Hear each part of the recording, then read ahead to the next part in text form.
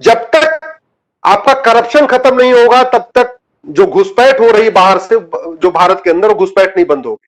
जब तक करप्शन खत्म नहीं होगा तब तक आपका धर्मांतरण बंद नहीं होगा, क्योंकि सारा ब्लैक मनी उसी, ये जो जितना धर्मांतरण का धंधा है ब्लैक मनी से चलता है। जब तक आपका काला धन, भ्रष्टाचार और हवाला कारोबार नहीं बंद होगा तब तक भारत में मजार जिहाद नहीं बंद होगा, तब तक आपका दरगाह जिहाद नहीं बंद होगा। जब तक आपका ब्लैक मनी या ये नहीं बंद होगा और मनी लॉन्ड्रिंग नहीं बंद होगी तब तक भारत में लव जिहाद नहीं बंद होगा।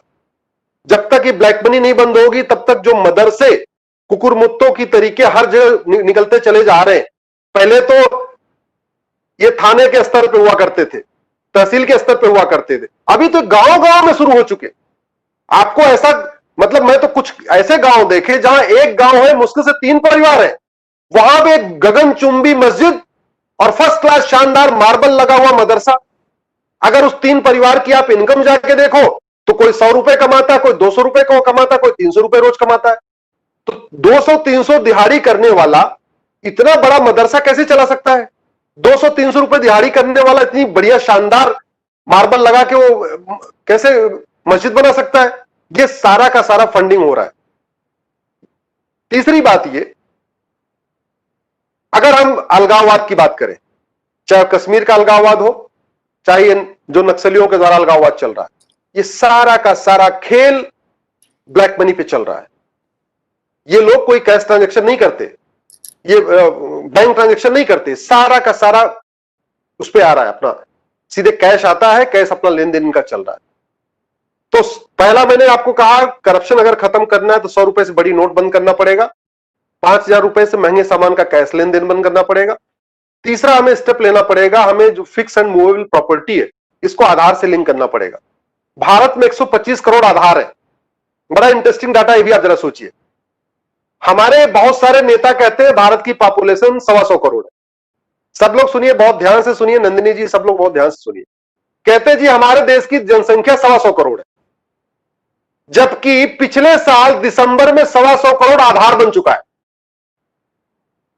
और कोई ऐसा घर परिवार नहीं जिसके यहां 100% आधार बनाओ। ये टेंडेंसी है। जैसे मैं गाजियाबाद में रहता हूं, मेरा बेटा भी 9th में आया है, अब उसका 10th का फॉर्म भरा जाएगा, अब वो आधार मांग रहे, तब मैं भी आधार बनवाऊंगा। एक टेंडेंसी है कि जब तक कोई काम रुकता नहीं तब तक कोई आधार नहीं बनवाता। जब तक एक बार पुलिस नहीं पकड़ लेती तब तक लोग ड्राइविंग लाइसेंस नहीं बनवाते। एक टेंडेंसी, ह्यूमन टेंडेंसी इंडिया की हो चुकी है। जब तक कहीं विदेश में जाना हो कोई पासपोर्ट नहीं बनवाता, यहां पे एक ह्यूमन टेंडेंसी है। तो 125 करोड़ आधार बन गए थे दिसंबर में 2019 में। और ऑन एन एवरेज जो मैंने गांव में सर्वे करके देखा, शहरों में भी गांव में कई लोगों सर्वे करवाया, 2-4 एनजीओ से सर्वे करवाया, तो पता चला कि 20% लोगों के पास आधार नहीं है। यानी 5 आदमी अगर है तो उसमें एक के पास आधार नहीं। छोटे बच्चे का आधार नहीं बनवाते। अभी क्या जरूरत है, अभी तो नर्सरी में पढ़ रहा है, अभी 7वीं 8वीं में पढ़ रहा है। जब बोर्ड का फॉर्म भरा जाएगा देखेंगे। या कोई ना कोई उसको ऑफिशियल काम नहीं रुक रहा है, तब तक आधार नहीं बनता है। तो कहने का मतलब 125 करोड़ आधार वाले और 20% बिना आधार वाले। तो 125 करोड़ का 20% कितना हो गया? 25 करोड़। तो 125 करोड़ और 25 करोड़, 125 करोड़ आधार वाले और 25 करोड़ बिना आधार वाले, दोनों मिलाकर हो गए 150 करोड़। तो हमारे देश की जनसंख्या 125 करोड़ नहीं है। ये मैं चिल्ला चिल्ला कह रहा हूं पिछले 1 साल से। सुप्रीम कोर्ट में मैंने यही कहा कि भैया 125 करोड़ कैसे हो सकता है? 125 करोड़ आधार वाले हैं, 20% बिना आधार वाले हैं, तो 150 करोड़ तो ऐसे ही हो गए। जमीन हमारी दुनिया की मात्र 2%, पानी हमारा दुनिया का मात्र 4% और जनसंख्या हमारी 20% हो चुकी है। तो कहां से आएगा इतना एम्प्लॉयमेंट? अगर आप पर डे 70,000 बच्चे पैदा हो रहे, 22 मार्च को लॉकडाउन लगा था, आज हम 1 अगस्त को बैठे हैं, मुझे लगता है 100 दिन से ज्यादा हो गया, लगभग 110 दिन हो गए।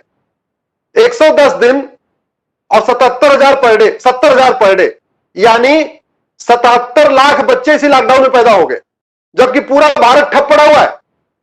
भारत में सब कुछ बंद है, लेकिन 77 लाख बच्चे पैदा हो गए। इसका मतलब कि अभी अगस्त में एक इजराइल नया पैदा हो जाएगा। इजराइल की पॉपुलेशन 88 लाख है। तो हम अभी इसी लॉकडाउन के दौरान, जब तक पूरा लॉकडाउन ओपन नहीं हो, खत्म नहीं होगा, इसी दौरान हम एक भारत में एक नया इजराइल लाकर खड़ा कर देंगे। कहां से आएगी इतना एम्प्लॉयमेंट? पर डे 70,000 का मतलब आप 365 से मल्टीप्लाई करिए, लगभग 2 करोड़ 55 लाख आया। 2.5 करोड़। तो 2.5 करोड़ बच्चे 2020 में पैदा हो रहे हैं। क्या एक साल के अंदर 2.5 करोड़ नए एम्प्लॉयमेंट जनरेट किए जा सकते हैं? क्या नहीं। अब नहीं किए जा सकते तो क्या होगा? जो अनएम्प्लॉयड होंगे, वो जो एम्प्लॉयड होंगे उनको चाकू मारेंगे, उनको उनका चोरी लूट झपटमारी करेंगे। वो बहन बेटियां घर से निकलेंगे, उनका चैन छीने, उनका कुंडल छीनेंगे। यही करेंगे और क्या करेंगे? तो मुझे ऐसे लगता है कि भारत की जो सबसे बिगेस्ट प्रॉब्लम है वो दो ही है, करप्शन और पॉपुलेशन एक्सप्लोजन। जहां तक बात यह है कॉन्स्टिट्यूशन की, यह भारत का कॉन्स्टिट्यूशन है, इसको 125 बार बदला गया पिछले 70 साल के अंदर। 125 अमेंडमेंट हो गया। 5 बार सुप्रीम कोर्ट का फैसला भी बदला जा चुका है। लेकिन ओरिजिनल कॉन्स्टिट्यूशन जो बाबा साहब अंबेडकर, सरदार पटेल, राजेंद्र प्रसाद, श्यामा प्रसाद मुखर्जी, ये लोग बना के गए इसको, ये आज तक मैक्सिमम 75% लागू हुआ है। मैक्सिमम, मैं तो कहता हूं 70% लागू हुआ है। बहुत मैक्सिमम अगर कैलकुलेट करें तो 75%, यानी 1/4 संविधान लागू ही नहीं हुआ। क्यों नहीं लागू हुआ? क्योंकि उसको लागू करने से कुछ माफियाओं का नुकसान होगा, उसको लागू करने से हमारे विधायक, सांसद, मंत्रियों की जो जेब भरती है वो जेब भरना बंद हो जाएगी। अब कैसे बंद रुकेगा मैं आपको बताता हूं। यह संविधान कहता है, आर्टिकल 14 कहता है सब लोग बराबर है। आर्टिकल 15 कहता है जाति, धर्म, भाषा, क्षेत्र के आधार पर भेदभाव नहीं किया जाएगा। आर्टिकल 16 कहता है कि सबको समान अवसर मिलेगा। अब जबकि हमारे सारे एग्जाम एक होते हैं, आईएएस का एग्जाम, आईपीएस का एग्जाम, इंजीनियरिंग का exam, IIT, medical, NDA, CLAT, सारे एग्जाम, बैंक के एग्जाम सारे कॉमन होते हैं, एक पेपर होता है इंडिया लेवल पे। हमने बोर्ड कितने बना दिए? दुनिया भर के। हमने पब्लिशर कितने बना दिए? दुनिया भर के। हमने सिलेबस दुनिया भर के डेवलप कर दिए। क्यों?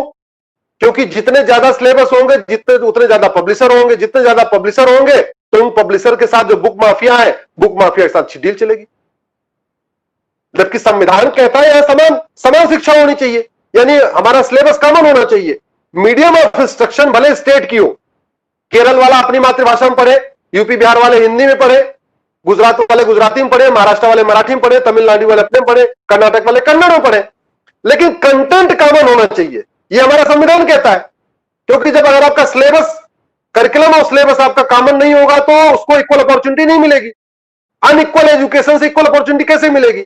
लेकिन चूंकि स्कूल माफिया इतने यहां पे डोमिनेंट है, कोचिंग माफिया इतने डोमिनेंट है, बुक माफिया इतने डोमिनेंट है, पब्लिशर्स इतने डोमिनेंट है, और वो मोटा पैसा देते हैं पॉलिटिकल पार्टीज को, वो मोटा पैसा देते हैं विधायकों, सांसदों, मंत्रियों को। भारत में समान शिक्षा आज तक नहीं लागू हुई।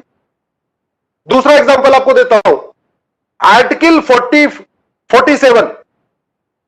आर्टिकल 47 कहता है कि भारत में नशाबंदी होगी, शराबबंदी होगी। और बहुत लंबी चर्चा के बाद आर्टिकल 47 आया था। बहुत लंबी चर्चा हुई। उस चर्चा में गांधी जी का भी नाम आया था कि गांधी जी ये चाहते थे, ये चाहते थे, ये चाहते थे। तो कहा गया कि ठीक है, शराबबंदी होगी। बिहार जैसा राज्य नशाबंदी, शराबबंदी लागू कर सकता है, लेकिन बाकी पंजाब जैसा राज्य नहीं कर सकता जहां पैसा ही पैसा है। क्यों? शराब माफिया इतना डोमिनेंट है यहां पे। शराब माफिया हजारों करोड़ हर साल होली दिवाली पे इतना पैसा खर्च करता है, इतनी बड़ी फंडिंग करता है, उसका कारोबार लूट जाएगा। और दिक्कत यह कि शराब के पेशे में माल्या टाइप के लोग जो खुद ही सांसद रह चुके हैं, शराब के जो शराब का कारोबार करते हैं वो इनडायरेक्ट वे में पॉलिटिशियन कर रहे हैं। वो किसी पार्टी के पदाधिकारी हैं या सांसद ही बन गए, माल्या तो बाद में सांसद ही बन गए। ऐसे लोग यहां पे शराब बना रहे, तो शराबबंदी कैसे होगी? आर्टिकल 48 कहता है, आर्टिकल 48 कि भारत में गौ हत्या पे पूर्ण प्रतिबंध होगा।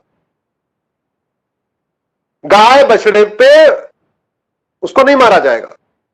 आज तक कानून नहीं बनाया गया। क्यों? क्योंकि जो मीट माफिया है, जो स्लॉटर माफिया है, ये इतने पावरफुल है, इतने पावरफुल है, कोई हिम्मत ही नहीं कर रहा। भाई यार,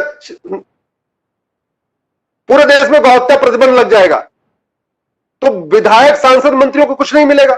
लेकिन अगर प्रतिबंध नहीं लगेगा तो होली दिवाली बढ़िया पैसा आता रहेगा, विदेश में घूमने का टिकट आता रहेगा, बाहर आराम से जाते रहेंगे। क्योंकि मीट का व्यापार बहुत ही प्रॉफिटेबल, शराब का व्यापार और मीट का व्यापार, ये दो शराब कारोबार और मीट कारोबार ये बहुत ही प्रॉफिटेबल है। मेरे समझ से करीब 15% लागत आती है, 15% मात्र लागत आती है, बहुत ही प्रॉफिटेबल बिजनेस है, इसलिए चल रहे। दो चार तो ऐसे मैं मंत्री जानता हूं जो पहले कानून मंत्री रह चुके हैं, एजुकेशन मंत्री रह चुके हैं, उनका बहुत बड़ा मीट का कारोबार है। अगर इसमें से कोई वेस्ट यूपी का होगा उसको पता होगा, सहारनपुर रोड की तरफ का कोई होगा उसको पता होगा कि मैं किस मंत्री की बात कर रहा हूं। वो कानून मंत्री थे, एजुकेशन मिनिस्टर रह चुके हैं, बहुत बड़े वकील है, सांसद है, और बहुत बड़ी उनकी मीट की फैक्ट्री चल रही है। तो जब मीट का कारोबारी शिक्षा मंत्री बन जाएगा, मीट का शराब का कारोबारी एक्साइज मिनिस्टर बन जाएगा या शिक्षा मंत्री बन जाएगा, तो बच्चों को सिलेबस में क्यों डालेगा कि शराब पीना हानिकारक है? शराब से इतनी समस्याएं हैं, लेकिन शराब के बोतल पे नहीं लिखा जाता शराब पीना हानिकारक है। भारत में नहीं लिखा जाता, कभी नहीं बताया जाता कि शराब से आपको ये होगा, ये होगा, ये होगा, आपका हार्ट खराब होगा, ये खराब होगा, वो खराब होगा, वो दुनिया भर नहीं बताया जाता। आर्टिकल 44 कहता है, इसी संविधान का आर्टिकल 44 कहता है कि भारत में धार्मिक आधार पर कोई कानून नहीं होगा। हमने क्या किया? हिंदू के लिए हिंदू मैरिज एक्ट बना दिया, मुस्लिम के लिए मुस्लिम मैरिज एक्ट, पारसी के लिए पारसी मैरिज एक्ट, क्रिश्चियन के लिए क्रिश्चियन मैरिज एक्ट। क्यों? क्योंकि अगर यूनिफॉर्म सिविल कोड लागू हो जाएगा तो देश की एकता अखंडता मजबूत होगी, सभी बहन बेटियों को न्याय मिलेगा सब। जबकि गोवा में यूनिफॉर्म सिविल कोड शुरू से लागू है, गोवा में यूनिफॉर्म सिविल कोड शुरू से लागू है, लेकिन पूरे देश में लागू नहीं है।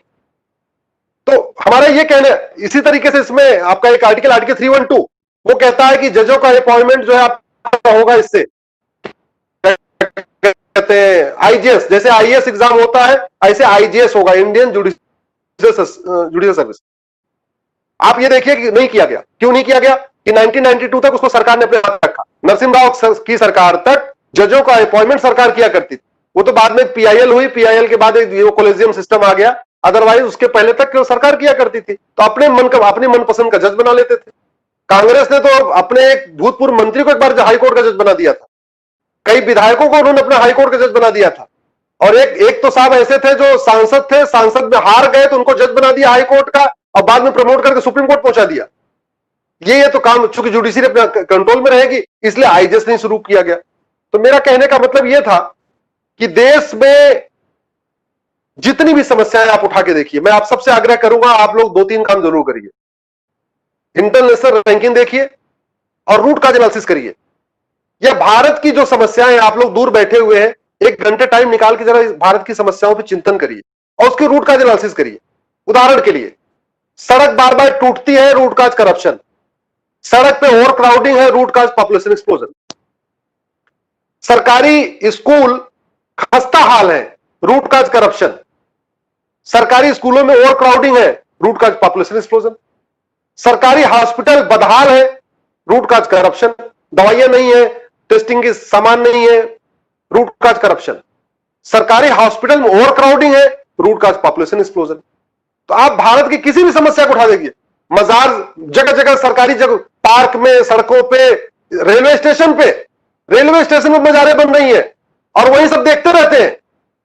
आप जरा सोचिए, रेलवे स्टेशन, चलो एक बार किसी सन्नाटे की एरिया में जहां सुनसान हो वहां सड़क पे मजार बन जाए, समझ में आती, भाई पुलिस नहीं देखा। रेलवे स्टेशन पे तो रोज लोग जाते आते रहते हैं, रेलवे स्टेशन पे आरपीएफ के सिपाही भी होते हैं, तो रेलवे स्टेशन पे मजार कैसे बन जाती है? क्यों? क्योंकि जितना चढ़ावा आता है उसका थोड़ा सा पैसा आरपीएफ वाले को पकड़ा देते हैं। जितना दरगाह बना लेंगे बस अड्डे पे, जितना पैसा आएगा शाम को 100 रुपए उसका दे देंगे पुलिस चौकी पे। जितने भी अवैध काम हो रहे हैं, उदाहरण के लिए जो घुसपैठिए रहते हैं, ये घुसपैठिए जहां भी रहते हैं क्या करते हैं कि सरकारी जो पार्क होते हैं वहां झुग्गी बनाते हैं। गांव में ग्राम प्रधान को एक एक चीज पता होती है कि उसके गांव में क्या क्या हो रहा है। शहरों में पार्षद को सब कुछ पता होता है कि उसके जो उसका वार्ड है वहां पे कौन रह रहा है, कहां रह रहा है, सब पता होता है उसको। सांसद विधायक को नहीं पता होता, लेकिन पार्षद को, प्रधान को उसके वार्ड के बारे में सब पता होता है, लेकिन कुछ नहीं बोलता हो। क्यों? क्योंकि जो सिंडिकेट है, जो माफिया जो घुसपैठ माफिया है वो कुछ पैसा जहां बसाते हैं वो पहले वो पार्षद प्रधान को दे देते हैं, वो पहले ही सांठगांठ कर लेते हैं पार्षद जी से, भाई पार्षद जी हमें एक बस में ले आऊंगा, एक बस में 50 घुसपैठी आएंगे, हमको बताओ कहां बसाना है। बोले साहब ये 50,000 पकड़ो, हमें कोई पार्क बता दो, वहीं लाकर उनको बैठा देंगे। आप इसको अच्छी तरीके समझिए कि कोई भी काम घुसपैठियों को बसाने से लेके, घुसपैठियों को राशन कार्ड बनाने से लेके, घुसपैठियों को ड्राइविंग लाइसेंस बनाने से लेके सब कुछ पैसे पे हो रहा है। इसलिए मैं कहता हूं सनातन धर्म को सबसे बड़ा खतरा दो ही है, भ्रष्टाचार और जनसंख्या विस्फोट।